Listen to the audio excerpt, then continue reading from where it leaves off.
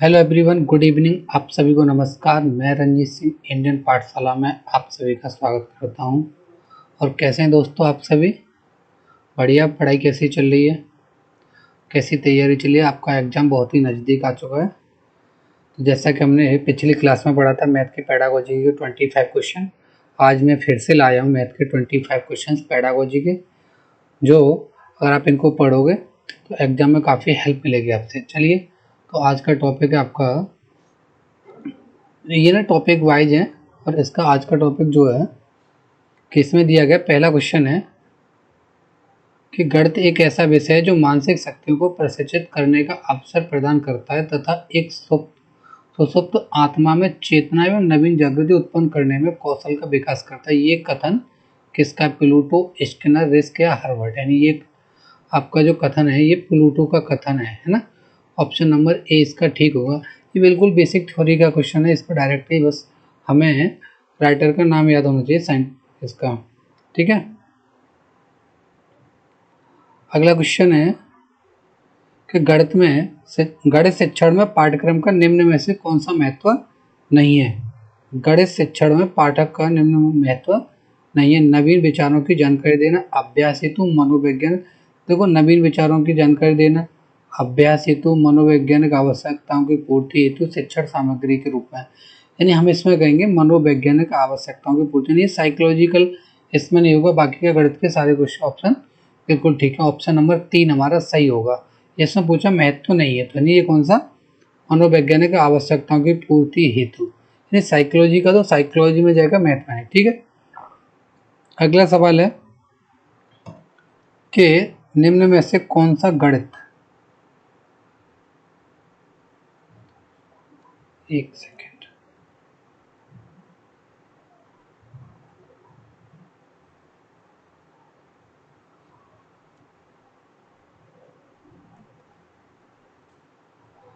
थोड़ा सा साइज का थोड़ा सा इश्यू है, कितना स्क्रीन पर दिख पा रहा है, बिल्कुल सही है ना। निम्न में से कौन सा एक गणित शिक्षण में अभ्यास कार्य का महत्व नहीं है? गणित शिक्षण में अभ्यास कार्य का महत्व नहीं है। तो ये गणित निपुणता प्राप्त करने के लिए, कुशलता प्राप्त करने के लिए, आत्मविश्वास के विकास हेतु या व्यवसायिक कुशलता प्राप्त करने के लिए, ये इसका नहीं है, ये अलग टॉपिक है ना। तो ये तीनों इसके सही हैं, तो इसमें नहीं कौन सा होगा हमारा? फोर्थ क्वेश्चन सही हो, ऑप्शन सही होगा इसका। नहीं, व्यावसायिक कुशलता प्राप्त करने हेतु इसका नहीं है। ठीक है, उच्च प्राथमिक स्तर पर गणित का सर्वाधिक महत्व किस रूप में है? भौतिक, व्यावहारिक, मानसिक या आध्यात्मिक? तो देखो ये हो जाना चाहिए इसका व्यावहारिक, है ना, ऑप्शन नंबर 3। सर्वाधिक पूछ रहा उच्च प्राथमिक स्तर पर, तो आध्यात्मिक से इसका कोई मतलब नहीं, मानसिक से भी नहीं है, भौतिक से भी नहीं है, तो किसका ये? व्यावहारिक का। पाठ्यक्रम में अंक गणित शिक्षण का महत्व है। पाठ्यक्रम में अंक गणित का क्या महत्व है? देखो अंक गणित में बेसिकली हमें ये पता होना चाहिए अंक गणित में आता क्या है। अंक गणित में हमारे ये जो बेसिक जो 8 तक का मैथ आता है, परसेंटेज, लाभ हानि वगैरह वगैरह, है ना। तो घरेलू कार्य होते हैं, इसका भी यूज होता है, मजदूरी में भी होता है, व्यावहारिक उपयोग होता है। यानी कि एक से ज़्यादा है तो इसका मतलब उपरोक्त सभी, यानी उपरोक्त सभी आपका सही आंसर होगा। पाठ्यक्रम में गणित शिक्षण इसीलिए अति महत्वपूर्ण है कि क्योंकि इसके माध्यम से छात्रों का ज्ञानोपयोग संबंधित जो व्यवहारगत परिवर्तन होता है वो कैसे, गणित की परिभाषाओं का प्रत्यास्मरण करना, उपकरणों को सही ढंग से व्यवस्थित करना, समस्याओं को हल करने के लिए उपरोक्त विधि एवं सूत्र का चयन करना, सोचने समझने के बाद निर्णय लेना। तभी हम ये कह सकते हैं इसमें समस्याओं को सॉल्व करने के लिए विधि एवं सूत्र का चयन करना हमारा सही आंसर होगा, है ना। ऑप्शन नंबर 3 सही है क्वेश्चन नंबर 6 का। अगला दिया है पाठ्यक्रम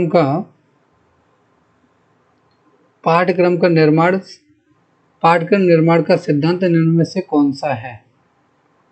तो विभिन्न विषयों से सहसंबंध, अग्रदर्शी, अवकाश का सदुपयोग और उपरोक्त सभी। यानी पाठ्यक्रम का निर्माण कुछ इस तरीके से किया जाता है, विभिन्न विषयों के साथ सहसंबंध यानी आगे के हिसाब से, अवकाश का सदुपयोग, है ना। तो उपरोक्त सभी हमारा सही आंसर होगा। गणित शिक्षण के माध्यम से बच्चों में निम्न में से किस भावना पर नियंत्रण रखने का कौशल विकसित हो जाता है? तो तर्क शक्ति, विचार शक्ति और आत्मविश्वास, है ना। तो ये सभी डेवलपमेंट होते हैं, यानी हम कह सकते हैं ऑप्शन नंबर 4 हमारा ठीक है, गणित शिक्षण से, है ना। देखिए अगला क्वेश्चन है, निम्न में से कौन सा विषय विज्ञान विषयों के आधार के रूप में जाना जाता है। तो विज्ञान विषयों का देखो, हिंदी तो विज्ञान से कोई रिलेशन नहीं है, अंग्रेजी भी अलग है, सामाजिक अध्ययन भी अलग है, क्या बचेगा आपका गणित। यानी जब भी आप अगर मैथ पढ़ोगे तो मैथ्स का उपयोग साइंस फिजिक्स सब में आता है ना, सभी साइंस में आता है, तो हम कह सकते हैं इसका आधार विषय क्या है, गणित है। अगला सवाल, अगला क्वेश्चन है, अमूर्त एवं, एक सेकंड चेक करते हैं कि कहीं ये स्क्रीन पर ठीक से आ रहा है ना, हाँ थोड़ा सा ऊपर हो रहा है। अमूर्त एवं संगत संरचनाओं के अध्ययन का विषय निम्न में से किस विषय को कहा जाता है। फिर से वही होगा आपका गणित, कला, हिंदी और ये सामाजिक विज्ञान नहीं होगा, क्या होगा, गणित होगा। ठीक है, गणित का पाठ्यक्रम में स्थान इसीलिए महत्वपूर्ण है, गणित का पाठ्यक्रम में स्थान इसीलिए महत्वपूर्ण है क्योंकि यह सहायक है भौतिक विज्ञान के अध्ययन में, इसके अध्ययन में, इसके में, यानी उपरोक्त सभी के अध्ययन में ये सहायक है। जैसा कि अभी आया था ना कि आधार क्या है, तो इसमें देखो ये आ गया ना, भौतिक विज्ञान, रसायन विज्ञान, ये स्टैटिक्स आ गया, तो ये सभी के उपरोक्त सभी आपका इसका सही होगा। गणित पाठ्य पुस्तक की सामग्री का विकास किस रूप में होना चाहिए, अभ्यास के रूप में होना चाहिए, तर्क संगत समस्याओं के रूप में, आधुनिक गणित के रूप में। यानी कि आई थिंक अभी अभ्यास भी दिया है, तर्क संगत रूप या समस्याएं या आधुनिक गणित सब एक जैसे हैं, तो इनमें से थोड़ा सा अगर देखोगे तो हम मैथमेटिक्स के अकॉर्डिंग क्या कर पाते हैं कि हमारा जो तर्क शक्ति जो ज़्यादातर बढ़ जाती है ना, तर्क करने की क्षमता बढ़ा, तो इसे कहेंगे तर्क संगत, यानी तार्किक रूप में, है ना। तो ऑप्शन नंबर 2 हमारा सही होगा 12th का। माध्यमिक स्तर के बाद गणित की, माध्यमिक स्तर के बाद गणित की कौन सी शाखाएं पाठ्यक्रम में सम्मिलित हो जाती हैं। तो इसमें सम्मिलित हो जाती हैं आपकी दो, अंकगणित, बीजगणित, ज्यामिति, बीजगणित, त्रिकोणमिति, अवकलन, ये 11th-12th में आता है, बीजगणित, अंकगणित, त्रिकोणमिति, सांख्यिकी। तो हमें ये पता होना चाहिए माध्यमिक स्तर के बाद में, तो माध्यमिक स्तर के बाद में अंकगणित, बीजगणित और ज्यामिति, यानी ऑप्शन नंबर ए हमारा सही आंसर है। विद्यालय का पाठ्यक्रम में गणित का महत्व है ज्ञान एवं कौशलों की प्राप्ति में, बौद्धिक आदतों के विकास में, वांछित दृष्टिकोण पैदा करने में, उपरोक्त सभी। तो ज्ञान एवं कौशल मिलता है, बौद्धिक क्षमताएं विकसित होती हैं, तो एक से ज़्यादा हो गए। अगर ये समझ में भी नहीं आ रहा तब भी ऑप्शन 4 लगा दो, यानी 14 का 4 ऑप्शन बिल्कुल सही होगा। ठीक है, अगला क्वेश्चन है, गणित शिक्षण में पाठ्य पुस्तक के द्वारा छात्र विषय वस्तु का निम्न में से किसकी सहायता से योग बनाता है। विषय वस्तु को एकत्रित करके, संगठित करके, व्यवस्थित करके, या फिर उपरोक्त में से कोई नहीं। तो ये होगा कि पाठ्य पुस्तक के द्वारा छात्र विषय वस्तु को निम्न में से किसकी सहायता से योग बनाता है, यानी हम कह सकते हैं संगठित करके, यानी ऑप्शन नंबर 2 आपका बिल्कुल सही होगा। ठीक है, अगला क्वेश्चन है, निम्न में से कौन सा गणित, एक सेकंड,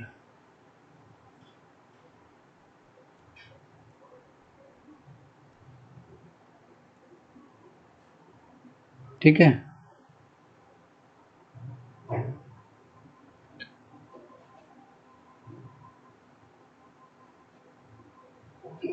निम्न में से कौन सा गणित पाठ्यक्रम के उपागम है। तो गणित पाठ्यक्रम के उपागम क्या है, क्रिया केंद्रित उपागम, अनुभव केंद्रित, विषय वस्तु केंद्रित, यानी उपरोक्त सभी, यानी क्वेश्चन नंबर 16 का 4। आप इसमें अगर नोटिस कर पा रहे होंगे तो ज़्यादातर उपरोक्त सभी वाले हमारे ऑप्शन सही होते हैं। अगर नहीं भी अगर कभी समझ में आता है तो हम किसको गैस भी करोगे तो कौन सा, उपरोक्त सभी। लेकिन एक बार थोड़ा सा पढ़ के जरूर देख लें कि ये इसी से रिलेटेड है। देखो गणित के पाठ्यक्रम का उपागम है, देखो अनुभव होता है गणित में, विषय वस्तु, क्रिया केंद्रित, यानी ये सभी होते हैं, तो उपागम उपरोक्त सभी हो जाएगा आपका ऑप्शन। ठीक है, गणित को पाठ्यक्रम में विशेष स्थान देने का प्रमुख कारण क्या है। बच्चों में तार्किक दृष्टिकोण पैदा करने में, बच्चों का सामाजिकरण करने में। तो ये देखो सामाजिकरण, तार्किक, और आगे के 2 ऑप्शन और हम देखेंगे।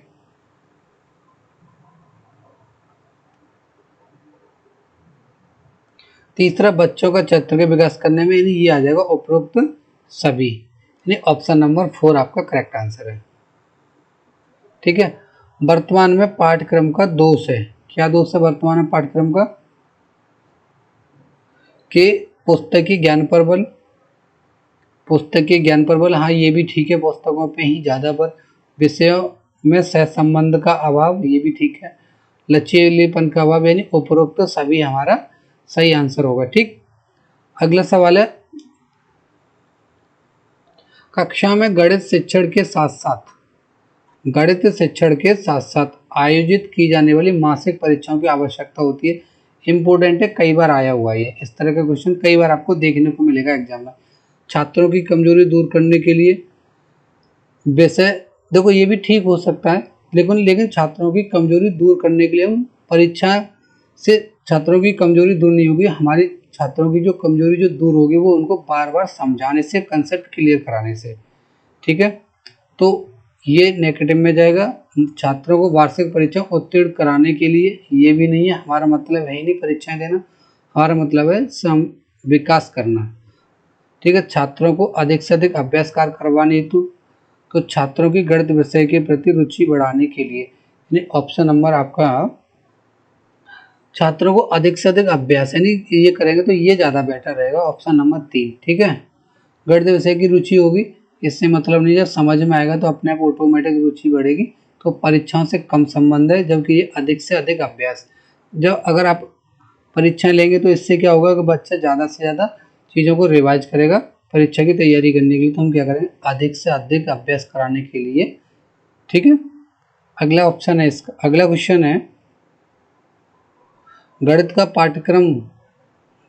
पाठ्यक्रम में महत्व नहीं है, क्यों महत्व नहीं? विज्ञान शिक्षण में सहायक है, बालक की तर्कात्मक सोच विकास करने में सहायक है, व्यावहारिक जीवन में उपयोगी है, यानी उपरोक्त सभी नहीं है।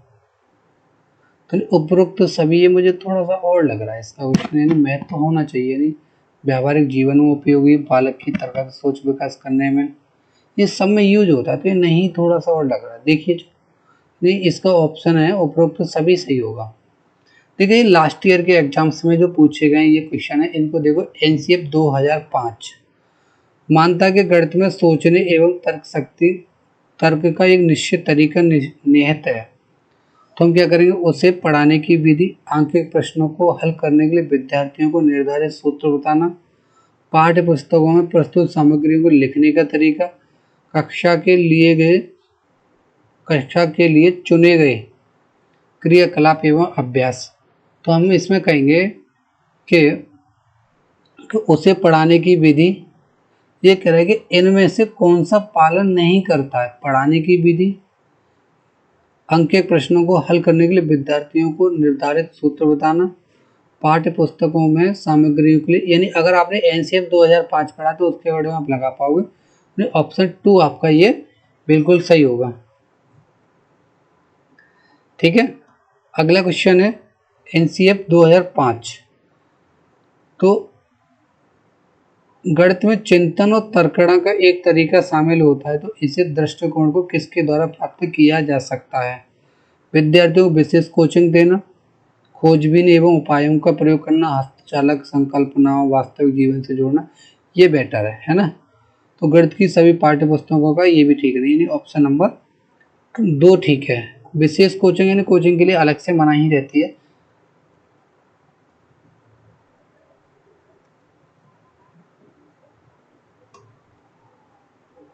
देखो पैटर्न की पहचान करना और उन्हें पूरा करना प्राथमिक स्तर गणित की पाठ्यचर्या का एक अनिवार्य हिस्सा है। विद्यार्थियों को सृजनात्मक और कलात्मक गुणों को विकसित करने में, चलो देखते हैं अभी, सभी को पढ़ो एक एक करके। विद्यार्थियों को प्रतियोगी परीक्षाओं के लिए तैयार करता है। प्राथमिक स्तर पर तो नहीं होना चाहिए, सुडोकू पहली, ये भी नहीं चाहिए। यह विद्यार्थियों सृजनात्मकता को बढ़ावा देता है, सृजनात्मकता को बढ़ावा देता है और संख्याओं तथा संक्रियाओं को विशेष आपको समझने में उनकी सहायता करता है। ऑप्शन आपका 4 ठीक है ना, इसमें सबसे बेस्ट 4 है। गणित को गणना करने संबंधी कौशलों को किसके द्वारा बढ़ाया जाता है? केवल एल्गोरिथम, यानी केवल अगर सीमित करेगा तो वो ऑप्शन तो हमेशा ही गलत होगा। अभ्यास हेतु क्रियाशील गतिविधियों का आयोजन करके, ये ठीक है। संकल्पनाओं और प्रक्रिया को स्पष्ट करने एक से करने के बाद अधिक से अधिक अभ्यास कराना, और ये इसको भी देखते हैं। और केवल केवल आ गया तो यानी सीमित हो रहा है, तो इसको कैंसिल कर देंगे, तो 2 ऑप्शन हमारे हट गए। अब इन 2 में देख लो, अभ्यास हेतु क्रियाशील गतिविधि यानी क्रियाशील एक्टिविटी आ, तो यानी यही ठीक है 2। ठीक है, अगला क्वेश्चन है, रीना दशमलव के गुणन की संकल्पना के लिए का शिक्षण करने के लिए ग्रिड गतिविधि का प्रयोग करती है, उसका एक नमूना नीचे दिया गया। ये देखो ग्रिड विधि है, तो इसको अगर हम देखेंगे, इसके अकॉर्डिंग ऑप्शन आप पढ़ोगे तो क्या दिया जाएगा?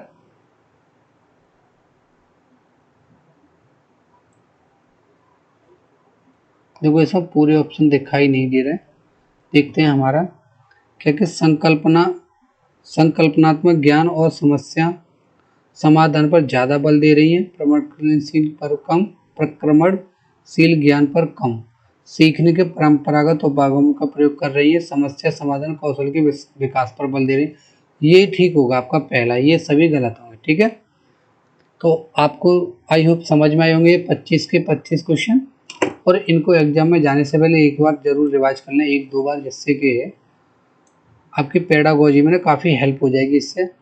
और मुझे लगता है कि 15 में से 13-14 क्वेश्चन आप आसानी से करके आओगे, और ज़्यादा से ज़्यादा इनका रिवीजन करना, क्योंकि ये टॉपिक ही कुछ ऐसा है जिसमें मन भी कम लगता है, समझ में भी कम आता है, लेकिन इसका एक मात्र तरीका यही है कि इसको बार बार इसका रिवीजन करना।